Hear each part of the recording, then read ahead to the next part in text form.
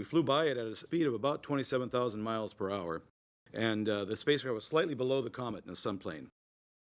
Who would have thought that we actually get to see a comet close up like we just did? And when we first saw this, our mouths just dropped. Our whole team just dropped.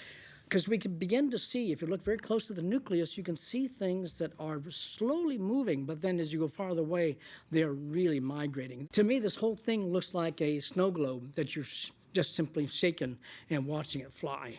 When we saw the images come down, even in real time in the raw data, and realized we had a cloud of snow around the nucleus, we were astounded. Those are not stars, those are all chunks of ice.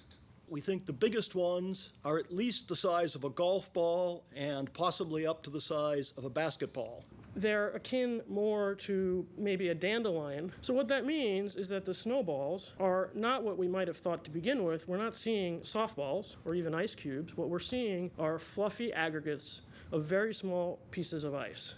While it's true that water is where the ice is, in fact it's everywhere, particularly on the sunward side of the image, to our great surprise, there's a tremendous enhancement of water vapor coming out of the waste of this body. We wouldn't expect this at all, and so what we're seeing is an indication that here the ice is still on the inside, it's being heated up by the sun, and that drives the water off. We're still continuing to collect data. We've collected about 32,000 images of the comet since November 4th.